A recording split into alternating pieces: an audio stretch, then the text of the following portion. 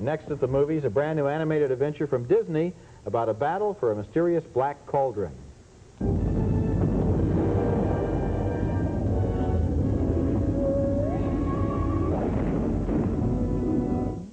Our next movie is a brand new full-length animated adventure cartoon from the Walt Disney Studios. And no matter how uneven the Disney output may have been in recent years, I always wait with a lot of anticipation for their new animated films, maybe because of all the great memories I have of Disney classics. Pinocchio, Snow White, those were the movies. I bet you could go on and name other ones, I could name 32 more, I believe. And you know, when I was a kid, I thought animated films were more real than live-action films because the edges were sharper and the colors were brighter. Right. That's before I realized that most people look like you and not like Pinocchio, although it's close. Did you ever identify with Dumbo? With Dumbo? Yeah. No, I never did identify How about with Mrs. Jumbo? No, I never identified with Mrs. Jumbo either, you know. Okay. And I'm sure that you, I think we'd better just move on and review the film. Thank you. And because I'm thinking in a second of who you would identify with, but I'm afraid it wouldn't be in a Disney film. Yeah, go right ahead. What was the one from the Black Lagoon? And this new film is close. It's called The Black Cauldron, and I'm happy to say that I really did like this movie because one moment I was sitting there thinking profound film critic type thoughts about the future of animation and whether this would make it or not. The next minute, I was into the story itself and really having a good time. This movie tells the story of a legendary Black Cauldron, which is the source of evil in the kingdom, and the struggle by a young warrior named Taran who seeks to find the cauldron before it's captured by the evil horned king. But first, in this scene, we meet some of the characters in the film. Oh, never mind. No telling where Hen Wen is by now.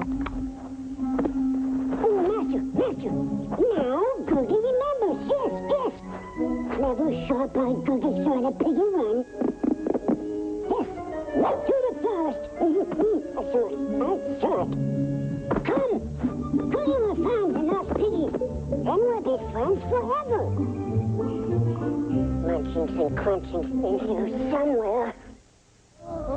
Before long in this movie, the young warrior and a beautiful princess are the captives of the evil horned king. My, such a brave path group. A pig boy, scullery maid, and a broken down minstrel. Perhaps it may interest you to see what fate has in store for you. Now I call my army of the dead.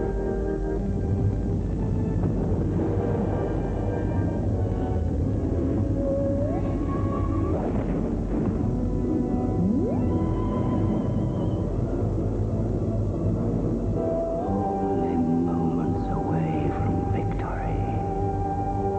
My greatest triumph. We did it, sire! We did it! Oh, I mean you. Yes, of course. You did it, sire. That little guy is named the Creeper, and he's a little servant who kowtows to the Horned King all the time. He kind of reminded me of Mel Brooks in The 12 Chairs. Remember? Crawling around on his knees and kissing the hands of all of his servants and masters and so forth. I really liked it. I mentioned again the way that this movie is filled with all kinds of characters like that, and I also liked the special effects of the whole movie being animated as special effects, but the idea of that cauldron with the tower of flame and so forth, and when the cauldron explodes and everything at the end of the movie, it's kind of thrilling, it's kind of exciting. The plot of the Black Cauldron is fairly involved, and perhaps I ought to explain that one of the best friends of that young warrior is a cute little pig who is psychic and who has the power of being able to look into a pot of soup and make the pot of soup mirror the location of the Black Cauldron. Now, this led to one of the funniest experiences I've ever had as a movie critic, Gene. I have to tell this story on you, because here you are, a college graduate, a philosophy major. We're sitting there looking at the Black Cauldron, and suddenly I realize that Gene has come over next to my chair, and he's whispering, "But Raj, if the pig is psychic, why can't they find out where the Black Cauldron is before the Horned King does?" And I'm thinking, that's a good point. Then I'm realizing this is really an interesting conversation for adults to be having, you know, this the credibility of psychic pigs. And so I hand it over to you. You think that the problems like that in the plot that's one problem. Really bothered you. There's another problem, which is that supposedly this Black Cauldron is the source of evil in the world, you know. Well, the king, the bad guy is already evil. He's plenty evil. He's so evil that everyone's afraid of him. So what does he need the cauldron for? Well, I think if he gets the cauldron, then he can be even more evil, and he can rule everything and take over the entire kingdom. Yeah. Right now, he's not doing so bad. I don't see anybody else with a franchise around the neighborhood. I liked the creeper. I loved the pig. If the movie were about the creeper and the pig, fine. The human characters, the quote human characters with their English accents, why not make it a good old Americans? You know, that's what I liked about Snow White. It had a nice American voice. Anyway, no, then it would be fine. I think that all the human characters in the film are ridiculous.